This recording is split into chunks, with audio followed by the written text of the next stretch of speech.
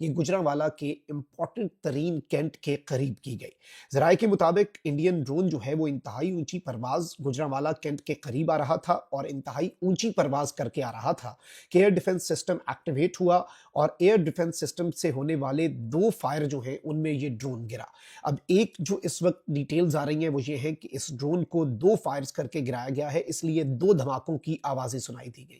دوسری جو انفارمیشن ہے جو انکنفرمڈ ہے وہ یہ ہے کہ ایک اور جو ویڈیو سے ہمیں سمجھ آ رہی ہے کہ ایک بھارتی میزائل جو ہے اسے بھی تباہ کیا گیا اور ایک بھارتی ڈرون جو ہے اسے بھی تباہ کیا گیا۔ اب پولیس ذرائع جو ہیں ان کے مطابق ڈرون گجرات کے قریبی گاؤں ڈینگا کے قریب گرا ہے۔ ڈرون کے ملبے کی اطلاع پر پولیس سمیت قانون نافذ کرنے والے ادارے جو ہیں وہ موقع پر پہنچے اور گاؤں پیر جھنڈ کے کھیتوں سے ڈرون کا ملبہ جو ہے وہ قبضے میں لے لیا گیا، جس کی مزید تحقیقات کی جا رہی ہیں کہ یہ ڈرون جو ہے یہ کس ساخت کا تھا اور یہ ڈرون جو ہے وہ کوئی آپ سمجھ سکتے ہیں کہ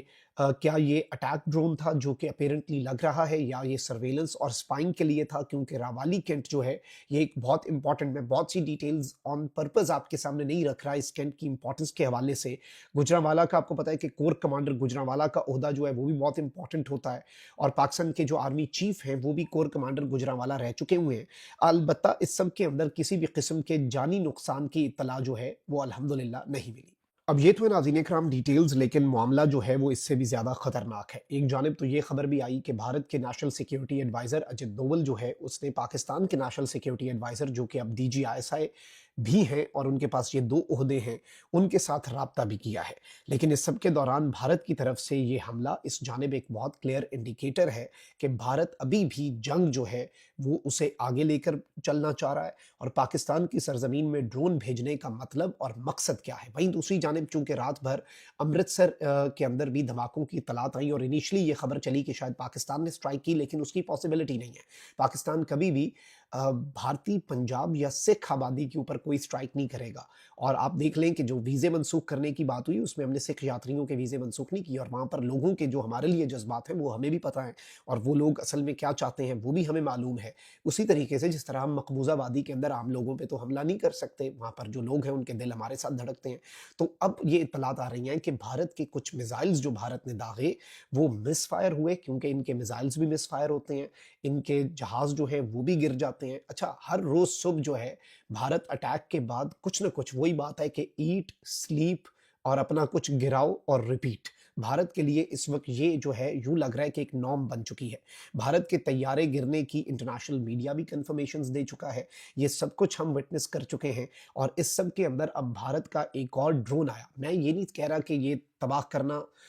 جو ہے یہ اچیومنٹ نہیں ہے، لیکن اس میں جو خطرناک پہلو ہے وہ یہ ہے کہ بھارت اس جنگ کو طویل مدتی جنگ میں کنورٹ کرتا ہوا ہمیں نظر آ رہا ہے اور اب اس انسیڈنٹ کے بعد اگر پاکستان رسپونڈ نہیں کرتا تو کیا ہم بھارت کے لیے اس چیز کو نارم بنا دیں گے کہ وہ حملہ کرے اور ہم اسے ناکام کریں؟ ایسا نہیں ہو سکتا۔ ہم ایک ایٹمی طاقت ہیں اور ہم کوئی اس طرح کی جارحیت جو ہے اسے برداشت نہیں کر سکتے۔ ہمیں اب ایک فل فلیج جواب جو ہے وہ بھارت کو دینا ہوگا اور ویسے بھی اقوام متحدہ کے چارٹر کے آرٹیکل 51 کے تحت وہ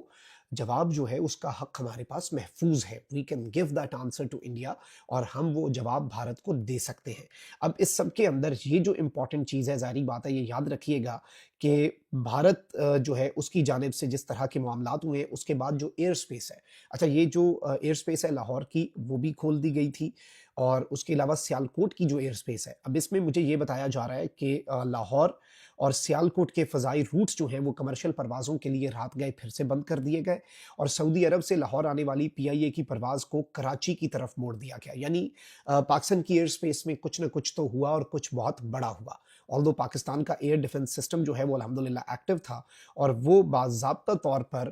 جو ہے تباہ کر دی، اس نے بھارت کے ڈرون کو بھی تباہ کیا اور یہ کینٹ کا ایئر ڈیفنس سسٹم ہے جس نے بھارتی ڈرون کو تباہ کیا۔ جو 2 فائرز ہوئے ہیں ایئر ڈیفنس سسٹم کی طرف سے، بیسیکلی یہ کہا جا رہا ہے کہ وہ 2 دھماکوں کی اطلاع ہے، لیکن اس میں مزل جو ہے اس کی بھی خبر ہے اور اسے بھی ہم اگنور نہیں کر سکتے۔ تو یہ ڈیولپمنٹس تھیں اور اپیرنٹلی نشانہ جو ہے وہ پاکستان کا one of the most important army cantts راوالی کینٹ تھا اور پاکستان نے یہ حملہ ناکام بنایا ہے، but it is an eye opener